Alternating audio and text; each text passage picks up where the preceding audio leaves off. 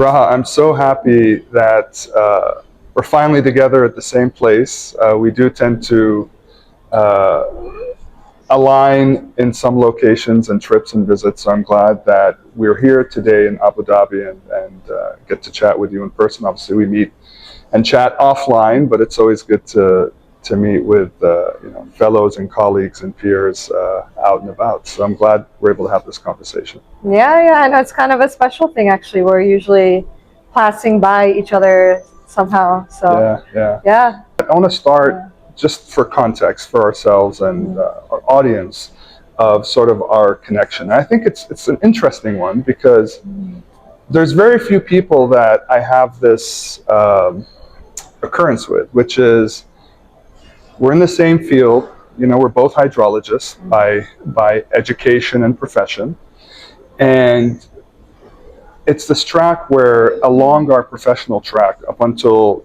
several years ago when we've officially met and started collaborating with each other, we were running in parallel so closely in the sense that yes, obviously the same type of work, but knowing and working with the same and similar type of people. I mean, I think the hydrology field, it's not super small, but it's familiar in the sense of the same big names and characters and folks.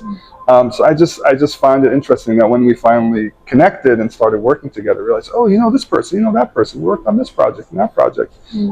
So I wonder how you perceive that from your point of view.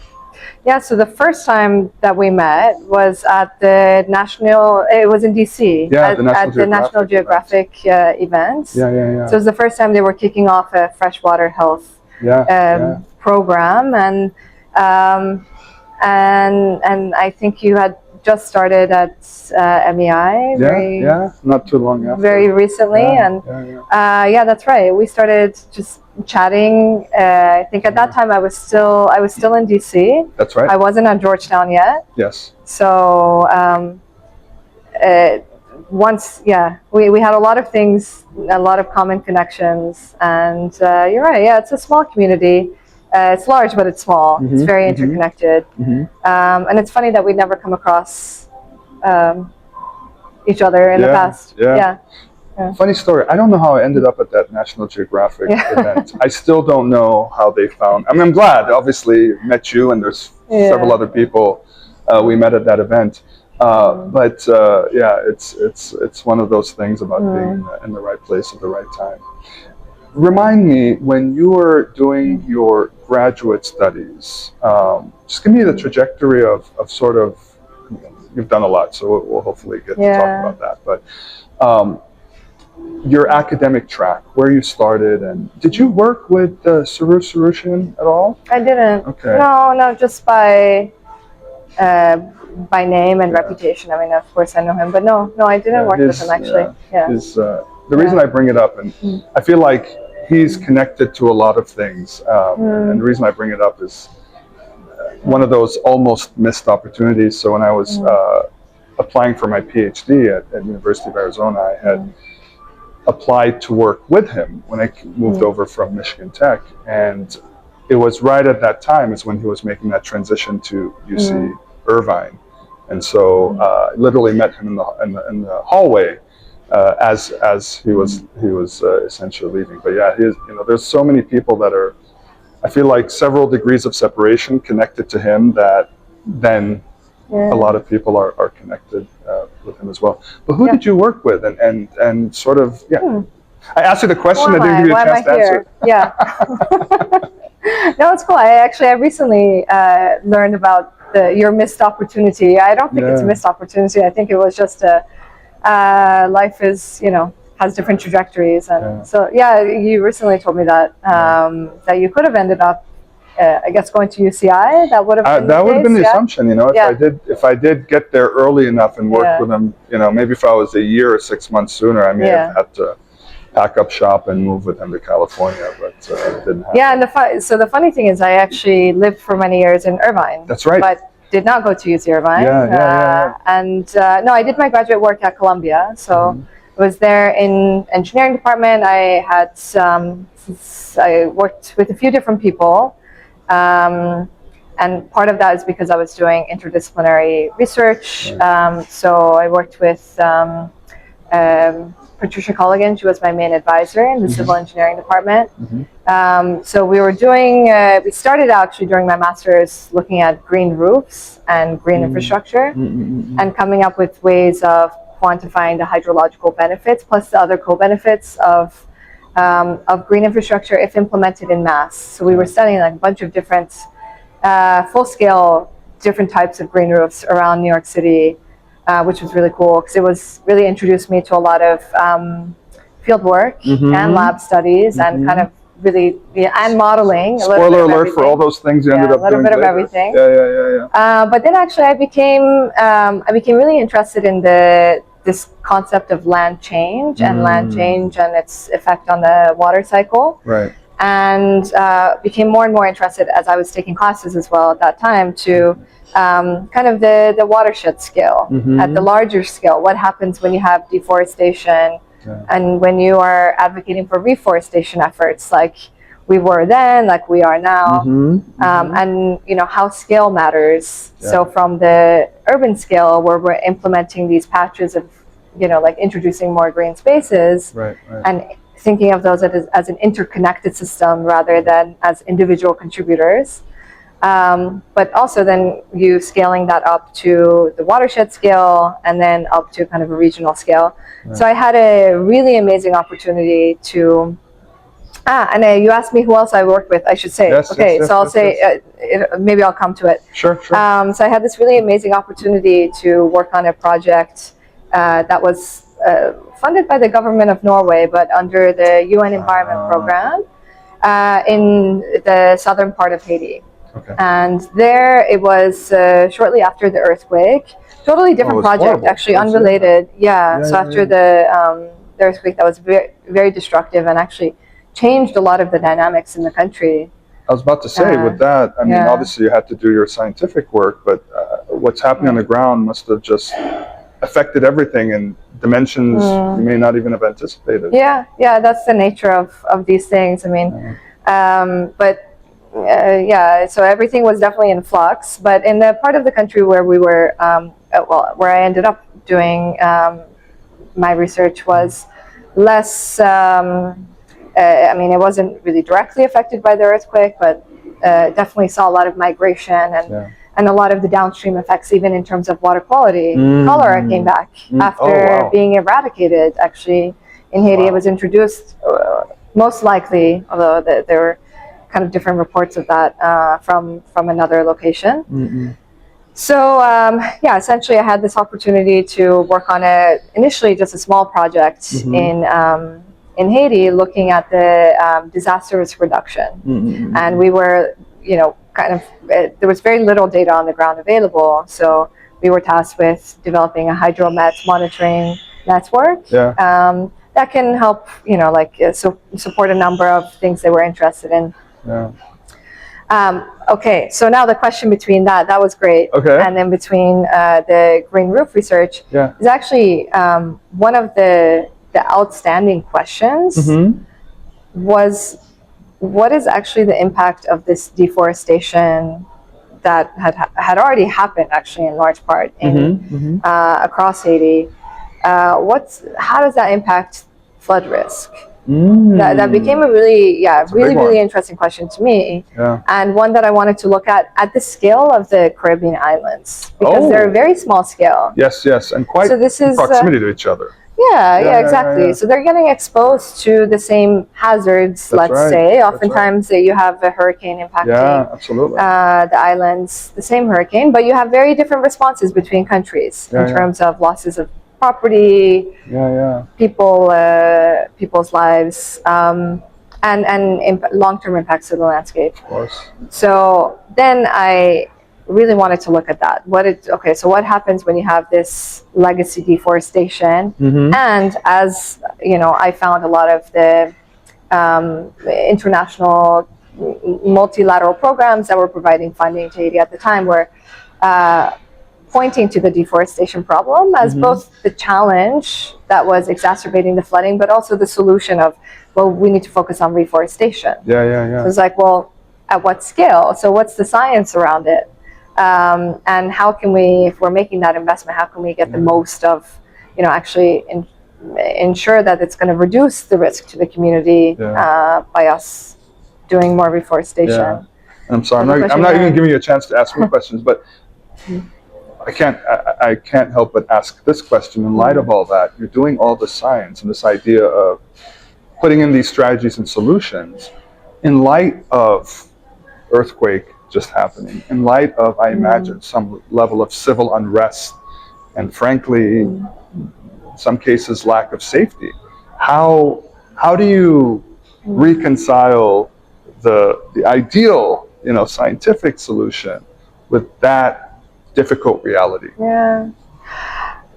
I'm actually going to so there was that difficult reality. And we did, in a practical sense, we ran into some issues. We had to change our travel plans last minute because there was unrest, or actually I ended up having to stay in the country during one of the trips for quite a long time because actually the roads were blocked and I couldn't get to the airport. There was only one road going from Port-au-Prince to the southern part of the country. Yeah. So yeah, those things were there. But actually, I would say the biggest thing that I learned from that experience was less so kind of those challenges on the ground, although those were, of course, there. It was the challenges with how we fund projects on the ground. And I think that it really was very illuminating in terms of how we, just the challenges in terms of sustainability of projects. Because, for example, we got to install a really wonderful network of hydromet monitoring stations, like measuring stream flow, measuring like weather conditions across the south. But there was really nobody to kind of continue that. There was no kind of long-term plan for sustaining that data network. So, as you know, that's a big part of what we need. You need continuity when it comes to hydrological and climatological data. So it was a really interesting kind of series of things that happened. It was unexpected. Getting a chance to work on a project like this, kind of from end to end, actually 6 years. So from the initial part, I was a very small part of this much bigger project. But that inspired a whole lot of research around just looking at this question of scale, land changes, deforestation, reforestation, and how that affects water quantity, water quality, how that impacts risk and resilience. And then that's when I actually started to work with Pierre Gentine, who was also at Columbia, on introducing a lot of satellite remote sensing, since we had a lack of data on the ground, on introducing some just kind of interesting hydroecological methods that he was an expert in. And also we brought in a colleague, another professor from the conservation and ecology side. So we kind of built this interdisciplinary team that was helping to inform the research moving forward. It was a very... It's a heck of an experience. It was a very good experience. How was your experience with your PhD? So you had what you call a missed opportunity to go to Irvine, but instead you stayed in Arizona. And what inspired the research? What do you feel what's the legacy left behind from it? I had a less glamorous path. I'm a little jealous. You got to do a lot of cool projects internationally. I think you did more field work than me, and I always consign. And actually, I wasn't thrilled about doing field work, so I was happy sticking behind the computer. But my graduate, or specifically my PhD career, was interesting in the sense that it feels like I had a choice, but it also felt like it was the only choice. Because when I was applying for my PhD, I applied for a number of programs, I think 4 different schools. I secretly did want to go to the University of Arizona. And funny enough, that was the only one that accepted my application. So, felt a little bad, but not too bad because I got the university, the school I want. And at that point, I was transitioning to doing land surface modeling. So I was messing around with the Vic model early. So I was thrust into the computer modeling world as it comes to hydrology, runoff generation, that type of thing. And I liked it fine enough, but my advisor at the time, he was a hardcore modeler. I won't drop names, but he was a hardcore modeler, and I don't think we saw eye to eye in terms of what he wanted and expectations and what I wanted. Long story short, he ended up, maybe I was a part of the reason or not. I don't. Who knows? What did you do? I gave him some heartburn. He ended up leaving 2 years into, I think 1 to 2 years into my program. And of course, we had a bunch of people working under him. We had a whole cohort. And he ended up going back into industry. And I think that was part of the issue, is that where me and him didn't see eye to eye is he was so into doing the work and the modeling that as an advisor didn't take the step back to give your students room to grow and learn. And you got to give some grace to, we're students. We're just starting off. We don't have 20 years of experience. But anyhow, he ended up, this is going to come full circle to Sarush, by the way. He ended up leaving. And so now I was stuck almost halfway through my PhD program trying to figure out who to work with at the University of Arizona and frankly what project to do, because I was going to transition away from what the original project was. One of the professors who I developed a quite close relationship because of also his philosophy was Dr. Hoshin Gupta, who was a former associate, and I believe student, or at least did research with Sarush. And what I liked about Hoshin was he was the kind of advisor that he gave you broad direction, but let you figure things out on your own. Which for me at that point, I knew what I wanted to do. Like I thought about what I was going to translate. I was like, I don't want to do this hardcore modeling. I want to do something that interfaces sort of strategy, systems, decision-making, policy at a very light and early level with hydrology. And so when I came to him, I said, can we work together? He's very open about it. And he's also very calm, which was very different than my old life. I think I learned a lot from him in the sense of just how to treat people, how to be very calm. He had a very soothing energy that I think I absorbed some of that in how I deal with people. And so then that's when I started to work on my PhD, truly research project in earnest, which was ultimately my dissertation ended up being scenario making to support water resources decision making. I went down the scenario planning route where I took the scenario planning concept from the business world. Peter Schwartz, Art of the Long View, some of it oil and gas futures that during the oil embargo in the 70s, and then taking those concepts and translating them into the environmental natural resources hydrologic world. And then I started doing a couple of projects with some water entities in Arizona, Salt River Project, supported part of my PhD. And I think that was my earliest foray and step into this idea of merging science with policy. So no shade on my previous advisor. We had some bumps, but once I shifted to Hoshin, I knew what I wanted to do. He was the ideal advisor for me.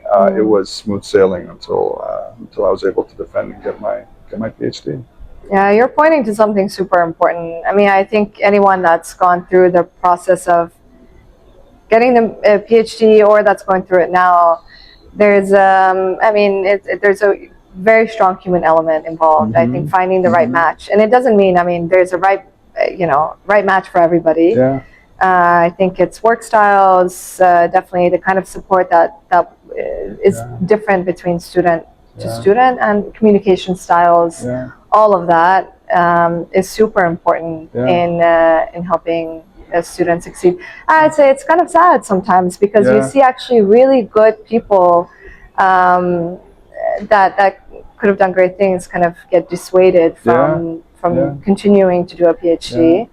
But at the same time, I mean, you know, it's also not something that everybody has to do anyway. I think that's But you know, it's true. right. I mean, in fact, I remember someone telling this to me early on, and it made sense. But then after this experience, it was a learned experience. This idea is the biggest impact on your PhD or graduate work, but I think PhD because you spend more time, isn't the project. Yes, to a certain extent, it's who's your advisor and who you're working with. To your point, right? It shapes a lot of what happens. Totally. You know, I will say, like, my advisor was amazing because she gave so much freedom to us, to all of her students, in exploring the questions that you had. And then she was really a big proponent of interdisciplinary work. And I think that was the thing that gave me a lot of confidence to work in that space and be comfortable with being uncomfortable. I think that's something I really saw in her. It was very impressive.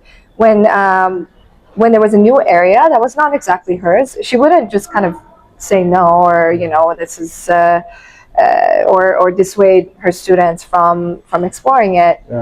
She would actually very much dive deep into it herself, and I saw that kind of process of also learning with us at times. But I mean, she knew a lot already. But the other thing is, I mean, when, you know, for example, with my research, when I started to go into the more watershed scale, looking at satellite data integration, looking at modeling and the integration with the field work, and then where it was a lot of hydroecology centered research rather than the more engineering centered research on the green infrastructure, she was very open to it. She said, that's a great idea. Just find other advisors.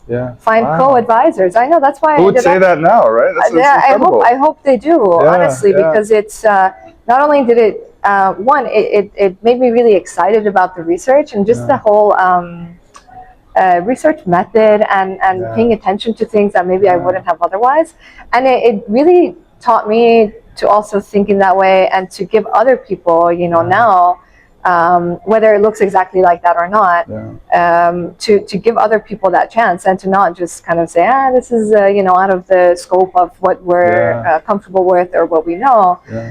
So that was amazing. I mean, really, I think it's rare, to be honest. And what a way to excite you about your work, because you know, some students, not everyone, right? They enter their graduate program. It's checking about. There is an actual goal that you're trying to achieve, and some just hunker down and just go through the motions. But what a way to excite you so that you enjoy that journey as opposed to just getting to the finish line. That's incredible. It was So I think you're pointing to something that's very important. But I'm really happy you found the right advisor in the end. And, had a happy ending as opposed to your point earlier. Others had a rougher road. Can I ask you about what came next? I know once you started to transition into your professional career, it's incredible. I gotta give you props. You, in every stage of sort of your career journey, like, you know, whether it's academia, and we'll get into that, academia, the professional world, and then you started to go into strategic elements and policy type roles. In each of those steps, you've done very different things in each of those, which the math ain't mathin', because there's not enough years to do all that. So kudos and somehow managing to do all that. And I think you have a robust, balanced life. So it's not like you've sacrificed. I mean, I'm sure you've sacrificed, but you know, you're not doing 100% of that. You found a balance. But tell me, once you got into the quote unquote real world, I know you started in government, and so sort of give us a miniature trajectory of sort of where you started once you got out into the quote unquote real world. And then, you know, I want to stop before your current roles, because I think that's its own conversation. But just how that arc is, and what are some of the realizations that you learned about being in those kinds of environments that maybe affected your decision to later transition and branch out and do other things. But by the way, I would say the same about you. So really? You're much too kind. You've done a lot more than me in terms of diversity of I don't think that's the case. But well, I'll ask you about that next. Sure. So I'm super curious. I think I was since I was a child, and I've been very lucky to be given opportunities. That's the only way I can really say. And I think I sort of take risks. And like I say, I learned to be comfortable being uncomfortable. Oh. And being the person that maybe has to ask a stupid question sometimes because you're kind of getting caught up in a new environment, in a new field. Because I see the connection and I see the greater good in what we can do. Not always, but when the time is appropriate for us to really be thinking about all these different elements and these different aspects. So as I was finishing my PhD, actually, I had a friend who had studied policy at the policy squad SIPA at Columbia, who had become a presidential management fellow. Okay. And then I remember I was kind of trying to figure out what to do next. I was looking at postdocs. I was looking at maybe joining the World Bank, the UN. Can I ask you, presidential management fellow? What does that Yeah. I'll say it. Sorry, So it's So basically, I mean, I was looking at the suite of options, like from academia to the multilaterals, which is really where I found I had a lot of heart in, and I love that sort of work that was very science. Right. Science informing decision making, and then real impact. Yeah. You would hope positive impact. Of course. You would hope, right? Of course. But yeah, so I applied for this program, which is a two-year program for recent graduate students. So you would need to have finished I think it's 1 year and a half. You have to be less than a year and a half out from your last degree, which was either a master's or a PhD. Okay. And you enter the federal government as a civil servant. So it's a multi-step process. It took 9 months actually. Wow. So you apply, and at least when I was applying, they've changed it since that time, I think. But you had to first submit some essays, personal statement. You had to take an assessment as well, and then after that, you were invited to be to do an interview, some selected number, an in-person interview in DC. Sorry, it's already a long process. I'm sure there's more left. But. And it was a 4-hour interview that included simulations of scenarios that you would have, like interaction scenarios. Yeah, with other candidates as well. So there was one-on-one interview. It was the craziest, I think, interview process I've gone through. It was kind of cool, actually. Yeah. So I'm trying to remember everything. I mean, there was a one-on-one that was kind of a more standard. They just a couple of people there asking you questions, and then there was at one point you had to write a memo, like a brief, based on some scenario that they gave you, and it was timed. Okay. And then there was something else I don't remember, and there was one that was really cool, actually. That was a nuclear negotiation, and you each represented a different. You didn't know who other people, like the other people that ended up in your group that were also candidates, like they were in the interview process. You didn't know what they were given or what role they were playing until you actually ended up at the table. So we were basically doing like a real life, we were doing a real life negotiation. Yes, around a scenario that was not real, but a very realistic. Yes. Negotiation, and you had to kind of they observed us. So we had to simulate this negotiation process. I loved it because I had never done things like this. I was in engineering, I was in science, and then this is exactly the kind of thing I actually was really wanted to be a part of, which is, how do we actually make things happen, and how do negotiations work? Like a long way of describing this whole process. And then I ended up getting this, the Presidential Management Fellowship, which was super cool. It was a competitive thing. I had no idea. I just kind of gave it a shot. And then I entered in at the US. You had to interview then, and there was a whole process. So actually, half of the people that even become finalists don't get a position. So, so I was lucky enough to get an appointment with the U.S. Forest Service, which, I was just doing this hydroecology kind of work that was very relevant. It seemed like a natural fit. And I ended up in their policy kind of headquarters, which was a lot of new. It was really new because I actually I didn't know that much. I had studied the U.S. natural resources management like policies a bit, but not very much. I'd mostly done work outside of the U.S. at that point. So there were a lot of new things to learn, like how do the regulations work, how do the like policies work, how does even the policy making process, the nuances of that, and then where can we actually have influence? Super interesting how the budgets are made. So it was a total crash course, going from this very, very limited purview of science into this much bigger world of everything plus science. And then the other nice thing about the program is that you got a chance to do rotations at other agencies. That's great. I love those kinds of, you get to learn a little bit about something. And then you find out if it's a good fit or not. Exactly. So I ended up doing my rotation at the NASA Goddard Space Flight Center, which was a dream. I mean, that was like, I felt at home, I think, as soon as I arrived there. I love the Forest Service, and I regard that agency, very highly in terms of the caliber of work and the people that are doing the work there. But I think when I went to NASA, it was just like kind of this, okay, I can kind of get back to the more, a little bit more of the hardcore science, the remote sensing. And then there were a series of things. There was an administration change. There was a hiring freeze. So I ended up actually not being able to stay at Goddard and went back to the Forest Service, but created a really cool role that actually worked a lot, kind of a liaison between NASA in at least in certain aspects of the job. And then shortly before I left, got to be an acting for the national program lead in remote sensing and geospatial research for the Forest Service, which was that was super cool because it was really kind of bringing the science to the operations to the policy making all kind of together.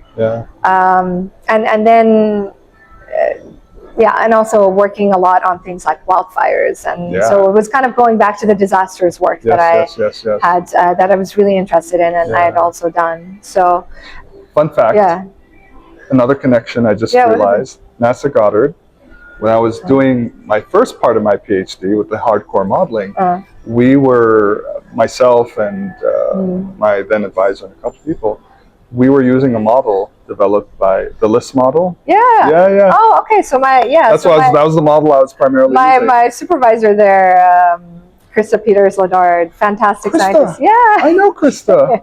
Oh my God! Another connection. She's the coolest. I mean, geez, like honestly, I feel so lucky to have learned from the people or have gotten the chance to work with the people that I did, because she's a rock star, and she worked on building the LIST model. And I'd ping with them off and help me. How do we do this? How do we do it? And I mean, like, think about, like, the LIST model is in the back end of what the FuseNet, the famine early warning network, FuseNet that's been used to like address food security, or like to do early warning for food security around the world. So that's like, models like that of where you've had science and technology informing super important decisions on the ground and like in around the world. So cool. Well, and then somehow I ended up in a really interesting position that was way outside of my comfort zone, and it was by chance and by just somebody believing in me that got to me. We briefly met and connected while I was at Goddard, seeing some potential that probably I wouldn't have seen at all myself.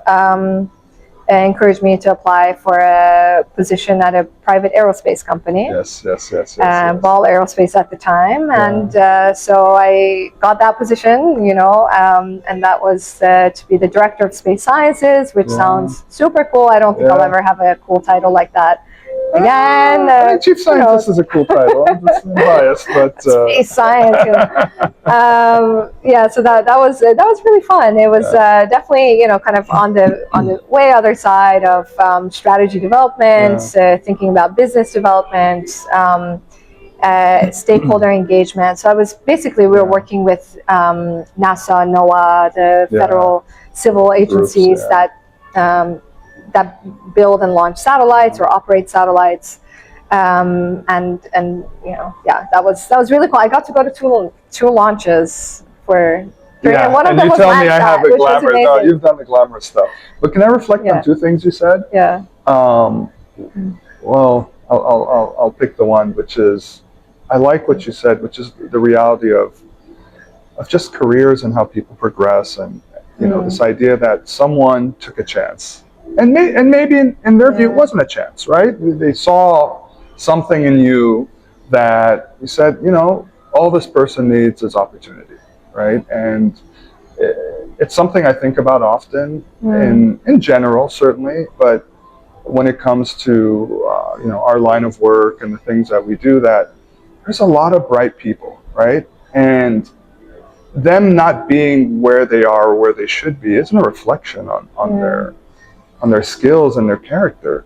It's just not being given the opportunity. And I want to deep dive on some of the stuff where sometimes people hoard sort of connections, opportunities, opportunity or chances to advance, and that's a terrible side of all professions. I don't think that's it's unique to what we do, but when I hear that, when I hear someone took a chance on someone, and again, it's not a chance because you proved them right, in my opinion. I hope so. You'll be humble to say you'll be humble to decline that, but I'll say it for you.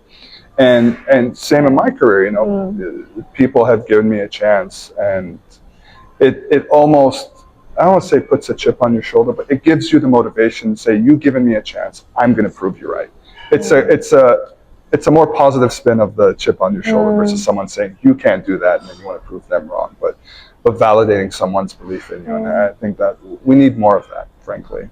We need more of that. Well, we do, and I want to ask you about that, but actually the chip on the shoulder comment, I mean, I think that's something that as we move forward just in our lives in general, from all the different aspects of life and background, what you're exposed to, it's so natural for us to build those defenses and for us to build that, and especially when you get burned, where you have those experiences where you whether it's in work or outside of work, where you really get let down and have just like trust broken, and it's very, I think, I won't even say easy, I think it's natural for us to carry that heavy burden. And I think that one of the most amazing things we can do in this world is to let that go. And the people that I meet that I admire the most and I really gravitate to and want to learn from are the people that I see just are so good about I mean, it's not, it's standing up for themselves and for others when it's needed, but also letting things go and just not carrying that chip on the shoulder, So anyway, I think that's an important thing that you brought up. And then on the part of actually the people giving you chances, I know that this is something that you do a lot of, and it's something I think we've talked about this. Yes. When you have that experience, when somebody does give you, when people are giving you opportunities, when they're giving you those chances, that can be super transformative in your life and career. You also learn and have a want to do the same thing. Yes. So it's this giving a lot of your time for mentorship, giving a lot of your time for, even when people reach out of the blue and they want to just have a chat with you without maybe a specific agenda, being open to that. And I know you do a lot of that. So I try. I try. Oh, you do. I can answer the question. That's not a question. That what you is just it? posed. It's a question. It's it was a question. It's a question. It's a question. How do you think about that? How do you manage the time to do it? Because I know, like you're busy or juggling so many things. I do think about that, and I want to sort of link, kind of make the bridge to what we're talking about to this point, which is, you hear the phrases, there's two types of people in this world. I mean, there's so many examples of this that there must be 1,000 types of people in this world. But this particular example is there's people that go through something difficult or challenging, and then they say,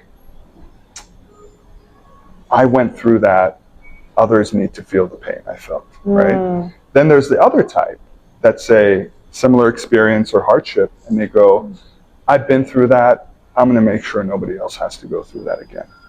And I want to be that latter person, right?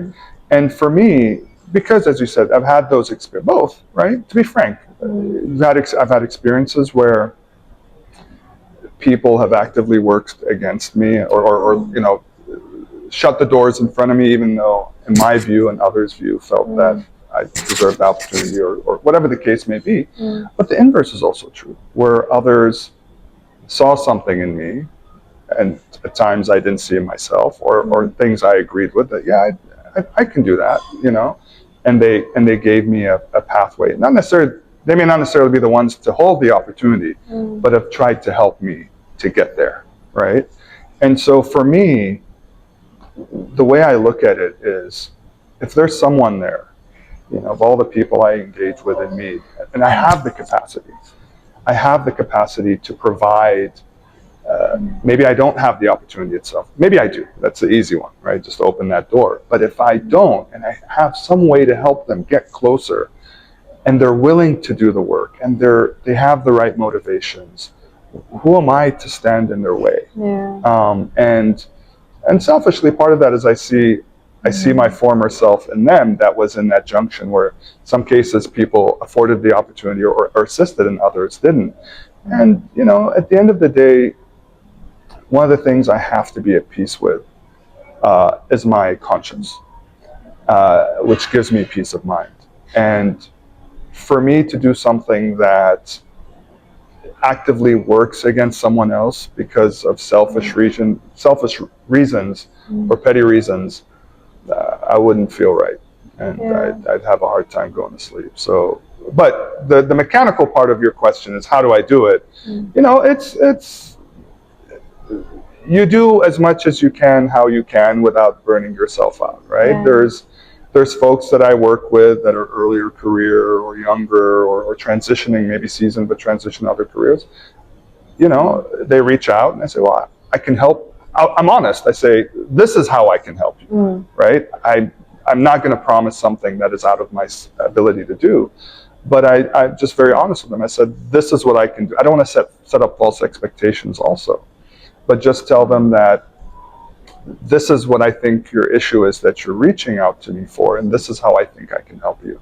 And sometimes if it's someone you don't know or you don't know well, you got to also be protective of your time as well, right? I think we've talked about this, but also try to trust that the intentions are good, because as much as we want to help everyone, not everyone is in it for the right reasons, or you know, may be asking for help in a way that is going to be harmful in some other way. So you can't know that all the time, but you just, you know, you do the best you can, you feel it out, but you always try to assume good intent and go off of that. I think that's super important. Assuming good intents and going from that. But I mean, as you move forward, you have to just become a lot smarter, I guess, about paying attention to things like this, and I think building a good core group of you know, trusted, whether colleagues, friends, advisors. I think that's really important as well. I agree. I will tell you, you know, in every stage of our career, I'm sure you can agree, there's different cohorts, and some of them can interbleed with each other depending where you are. But the interesting thing, which is actually kind of where I want to take our conversation next, is sort of where we realigned back in, you know, out of pure scientific hydrology into this policy world, is I feel sort of my colleagues and peers and community that I've surrounded myself with here in this sort of science policy realm, certainly in hydrology, water and climate, and a lot of it in the Middle East, which is it's kind of focuses that cohort further. I find it to be a really amazing community, just a lot of great people, and frankly, for the most part, very welcoming. You know, I came from the science world. I came from the professional world once I started working in industry, U.S. based, even though I am from the region originally. And so when I made that transition, they were people were not resistant. They were very welcome, and I really appreciate it. They kind of opened a gate for me, not a door, but a double wide gate. But let me ask you this. We can transition to this question, which is, you stopped exactly where I wanted you to stop, so we can have this conversation now, which is after you worked in industry and the aerospace role, you found yourself in this policy realm fully. And dare I say, you started to scratch that in that, in the NASA Goddard type role. But how was it for you? So that was how I sort of transitioned. How was it for you when you transitioned from that world into the policy world? You also found yourself in the Middle East. I don't want to say the story for you, but explain that transition and how it was different, and what did you have to learn, or how did you have to adjust, considering that breadth of work you came from, but it's slightly different. Yeah, I would say I haven't really transitioned into policy. I think I'm still very much of a policy light. You still dabble, but maybe So not I'm kind of figuring all of that out. Actually, I'm kind of in the process of that. So the story is, when I was at Ball, I actually started to look a lot at the. I started to look a lot at the commercial sector that was in commercial space sector that was happening at the time, and became very excited about that. And so I actually left Ball to start my own company. Which was a space data. It was meant to be a space data analytics called Zion Space. Right.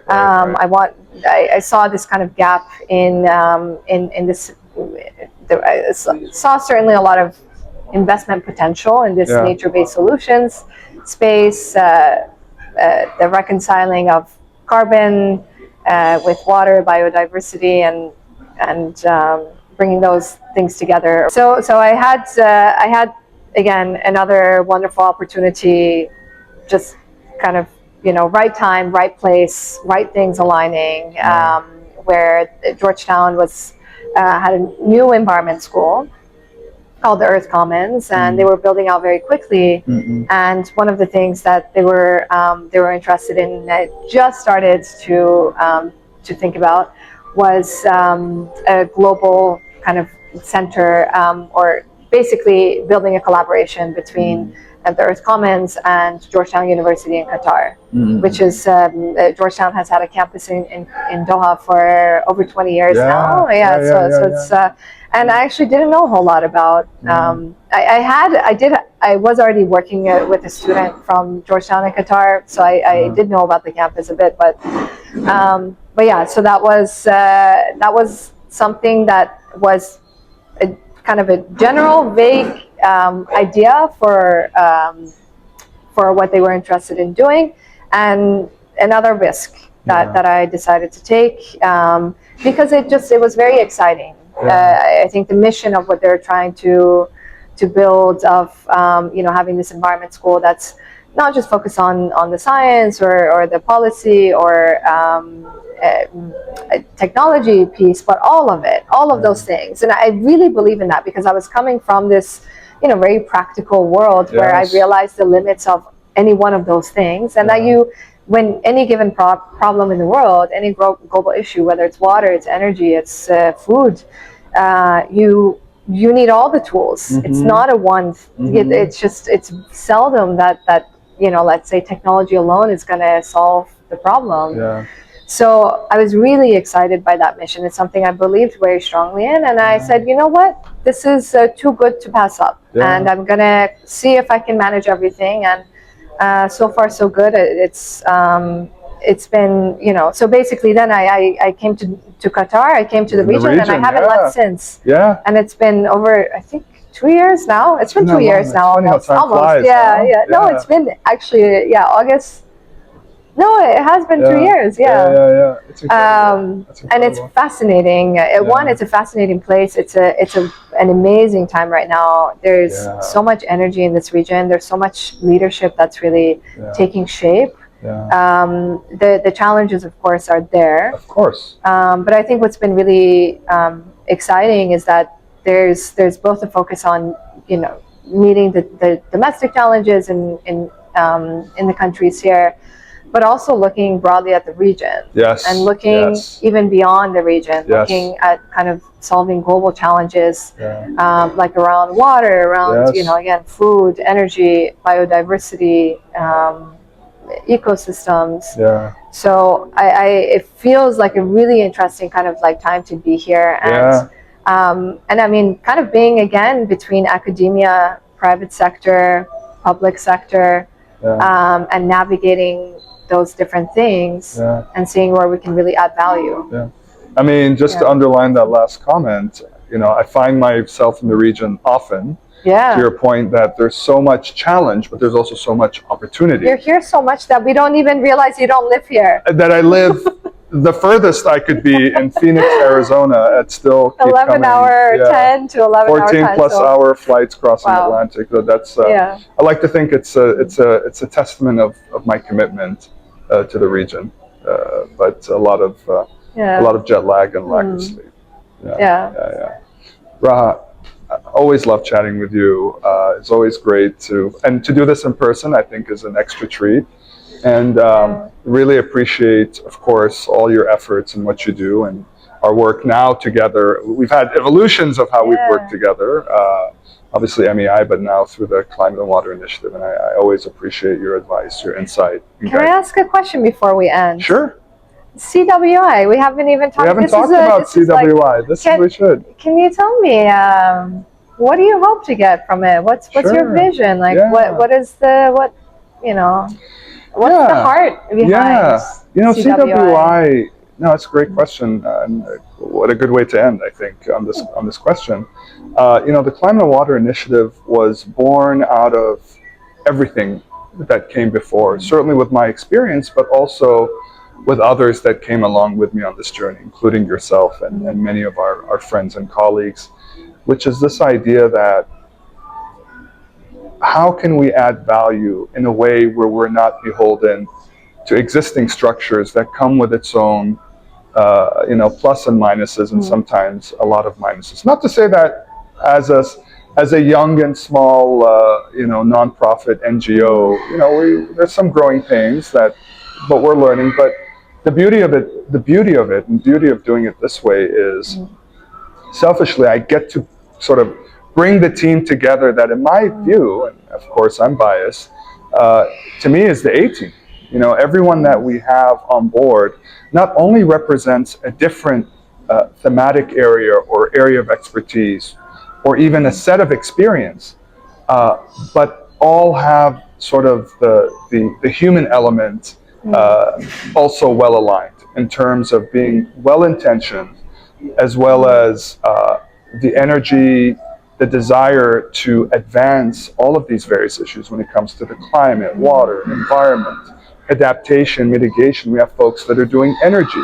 We have folks that are doing policy and advocacy. We have folks that are doing climate science. And to me, it's just one other way and one different way to try to get those goals done without having to go through, the rituals and hazing of having to, work through other organizations that are more hierarchical and more sort of difficult and challenging. Not to say, of course, we do work through those mechanisms as well, but I think CWI has an opportunity to also be closer to the ground, to work with communities as well as governments and corporations, but to do it in a way that I think is authentic. With, frankly, I think is just an all-star team. But I'm biased. That's how I feel about it. You should be biased. You have to be. You're steering the ship. You want good people with you. But I think others outside looking in will agree. We have an amazing team that brings great skill and experience and passion to addressing these issues that fall under the domain of climate, water, all these things, these buckets that we deal with. And I hope, and my vision, as you asked, is we make an impact and in our own way that satisfies our own conscience and gives us our own peace of mind and belief that we're doing the right thing. And I think we are. Yeah, and we have to. Yeah. It's Great. Thank you so much.